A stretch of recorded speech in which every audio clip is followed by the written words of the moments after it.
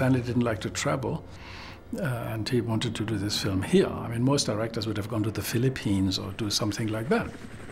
Well, that was not an option for him. It seemed to be a preposterous idea to make a Vietnam movie in East London, but Kubrick had a bunch of reasons for shooting his films in England, the principal one being that he didn't like to do anything more than 10 miles from his house. The last time Stanley left England was to go to the premiere of 2001 in New York, and then he sailed. One of the biggest reasons he did the film was because there was this gasworks, this abandoned gasworks in East London called Beckton, and they were about to destroy it. But it had the same, or very similar, French architecture to the city of Hue. And we got the permission to topple buildings because it was derelict anyway. That hasn't been used since after the First World War.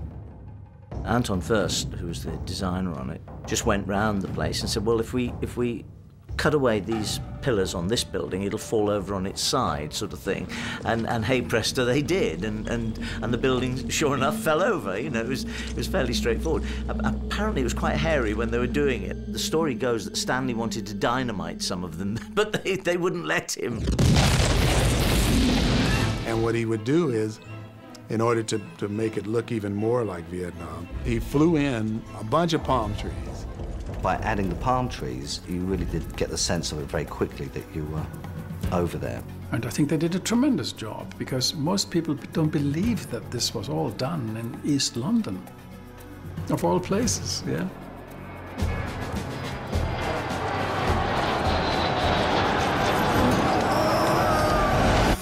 I'm fucking bored to death, man. I gotta get back in the shit. I ain't heard a shot fired in anger in weeks. During the filming, I asked, how's this gonna go? This is gonna go slowly. And it was something none of us were used to. I don't think you can make films as well as Stanley does without taking that long. I just don't think you can. Originally, I was hired for 18 weeks, and of course I knew it wouldn't be 18 weeks. It never is. I think he hires everybody for 18 weeks, and then it just goes over and over. I believe it was about 17 months. I was brought in on the very first day, and I left on the very last day. 4 months longer than tour of duty. It wasn't going to be the short-time tour of duty. It was going to be, you know, potentially years off your life. And he was going to put you through hell, you know, in his own inimitable way.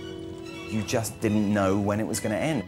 It was mainly around the sequence where 8-Ball and the Doc get shot by the sniper.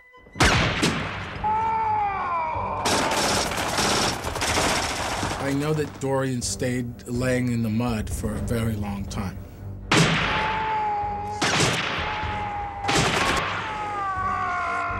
We were on that wall for a month doing that scene, from the time we arrived to the time we all get across. That sequence kept us pinned down, literally, because every time they blasted the sides of the buildings, all the bullet hits had to be reset, and it took them about 2 or 3 days to reset all the bullet hits. The concussive effect that I got from those buildings, I had never experienced. And I had earplugs in, the whole thing, but just the explosions were so powerful that they would pound into my eardrum.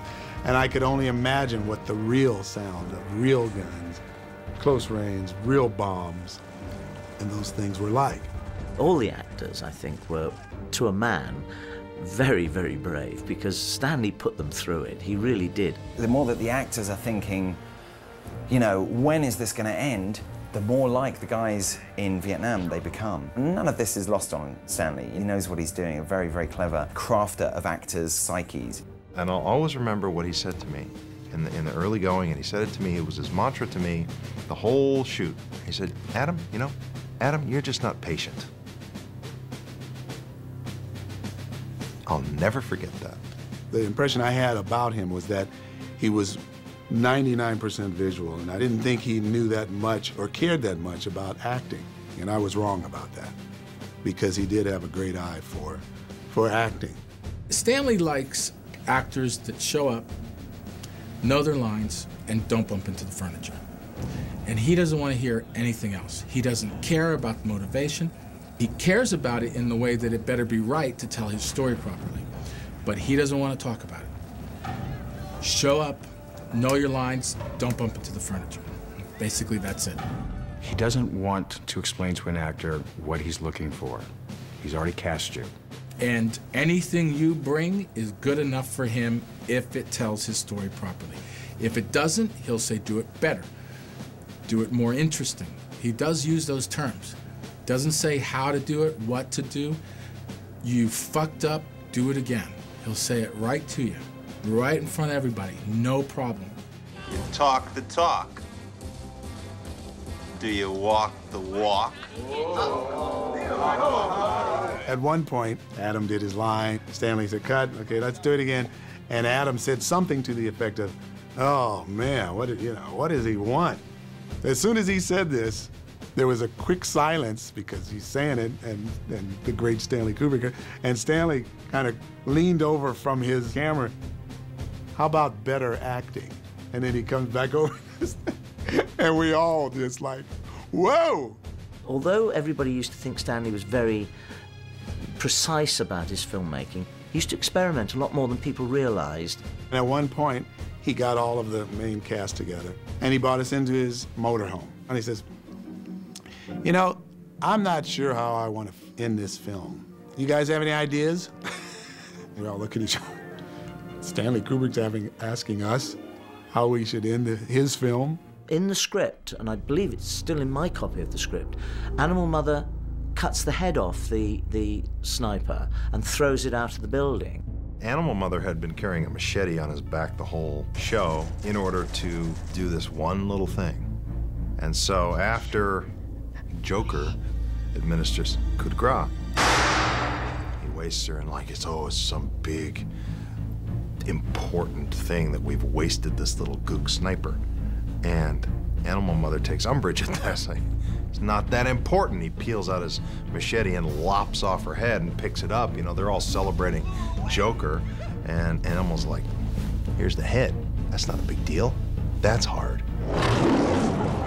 That didn't make it into the film for reasons that Stanley never told me. It was too horrific, and unnecessarily so. Stanley was not out to do something sensational that is particularly horrible. He was always conscious of violence in his films. I talked to him about Clockwork Orange, which he always felt he'd overdone the violence, and that's why he had the control in England to ban it, and he banned it. After the movie was over and I was being interviewed about the movie, and I said in a complimentary way that Stanley was a perfectionist. And Stanley called me from England. He called my house. I'm not a perfectionist. I'm not a perfectionist. Why did you say I'm a perfectionist? I said, Stanley, you are a perfectionist. What do you think all those takes are? Stanley could spot a fly flying through the background of his movie at 100 yards and cut, back up, let's do it again. I think the average was at least 30 takes. Yeah, maybe more. I stopped counting. Slower, louder, faster. Again. See what he does. Let's beat him down. Let's see what happens. The most takes that we ever did with me. Holy Jesus. What do we have here, Private Pal? What is this, Private Pal? What the hell is this, Private Pal? What the fuck is that? What is that, Private Pile? Sir, jelly donut, sir! A jelly donut? Sir, yes, sir! 30-some takes. We got it.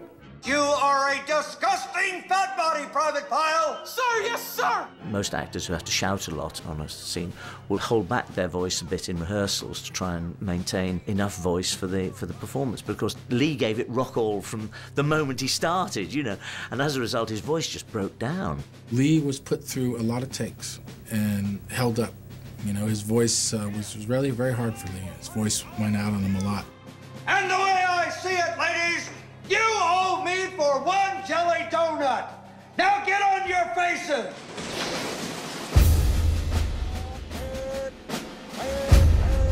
The thing I remember most about the Full Metal Jacket experience is Stanley Kubrick. He was a one-of-a-kind person, and I was a student of Stanley Kubrick during that film.